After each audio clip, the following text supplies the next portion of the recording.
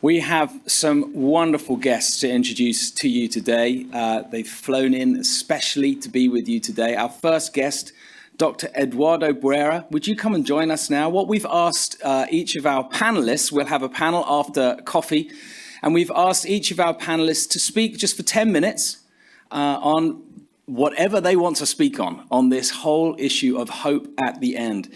And we haven't told them what to say. We're just going to hear from each of them. Dr. Eduardo Bruera is Medical Director, Department of Supportive Care Center, the Division of Cancer Medicine at the University of Texas Anderson Cancer Center in Houston. He's also Professor of Medicine, Department Chair, author of countless key works in countless medical journals and other publications. He's going to kick us off this morning. Please welcome Dr. Eduardo Bruera. Thanks very much, Jamie. Thanks very much, Suzanne. And a very special thank you and hello to Mona and to all of you who have us here. We are delighted. My wife and I had the opportunity to bring y'all a little bit of Texas weather. You paid us back with this extraordinary Texas-sized museum and some of the best grits we've had for a very long time here in Washington, D.C. So we're delighted to be sharing some time with you. And I guess our challenge today is to discuss what happens to us when we're very ill. And this patient had cancer, and most of us will become physically ill. This guy said a few years ago, as you can see, that it's not so much about the disease, it's about the patient. But medicine and healthcare in general has been focusing on diseases.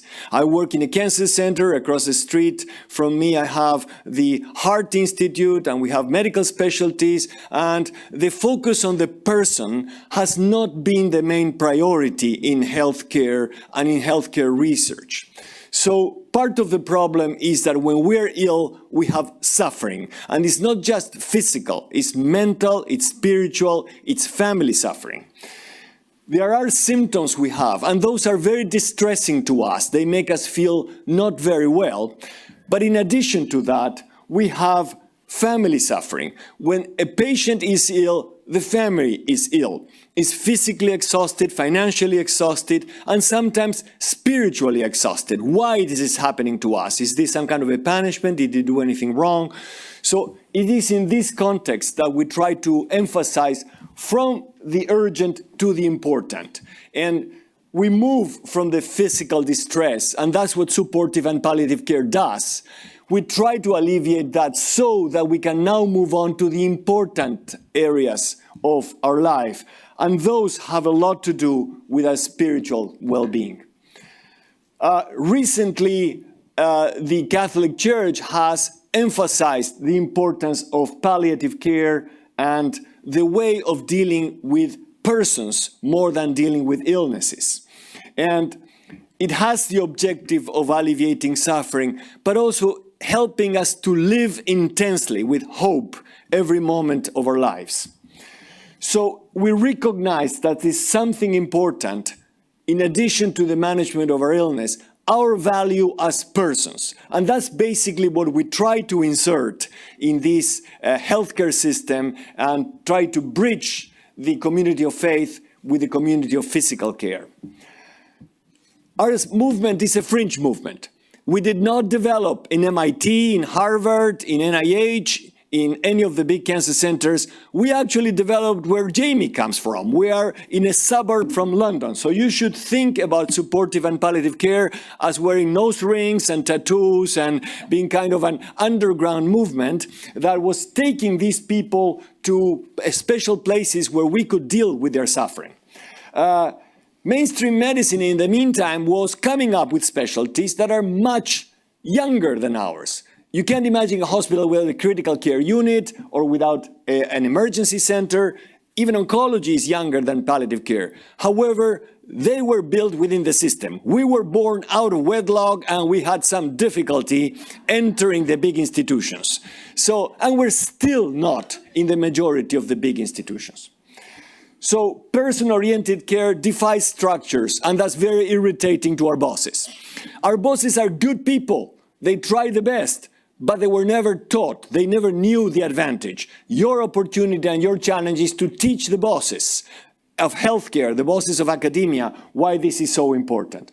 We say that whatever we do in the hospital can never beat what we can do at home for a person. But what about when home is like that and there is no family? And what type of institutions can we have that dignify the personhood when the home and the family are not a great option? We know that the home is wonderful, but we also know that we need other places where we will deliver compassionate and effective person-based care. A palliative care unit is a sense of care, and it is my personal mission that no institution in the world that has an intensive care unit will not have an acute palliative care unit before I retire. So I still have another 40 years to go, I suspect. But the reality is those are places where we emphasize suffering more than anything else. They're not new. The first one opened across the river in Montreal 40 years ago. And they are units to address human suffering, where you dignify and humanize the setting. This is the palliative care unit where I started working. As you can see here, on there a few months ago, they took this picture. But the idea is, they've been around for a while. Your institution, your hospital should take advantage and have one. This is the one we have right now in Houston. We need these places where major conversations would happen. Hospitals don't like these places, so we call it the fluoroscopy room, because theoretically, that's dead space for them. This is a space where human interactions happen, family conferences, where discussions about suffering happen, and every institution should have one of those. We have to put signs where the patients see them, not where we see them. That is, on the ceiling, the art and the signs have to be there. We also have learned that that message makes people feel better. We need to make families spend time with our patients and open the door of our institutions to the families. And the families can in different ways, even members of the family that I personally despise, but we let them in also. And the big things of life, dad and mom had to have their daughter married. And that's the groom, and that's the couple. And there's our chaplain, Steve Thorney, desperately trying to show us the picture. But the wedding took place at the palliative care unit.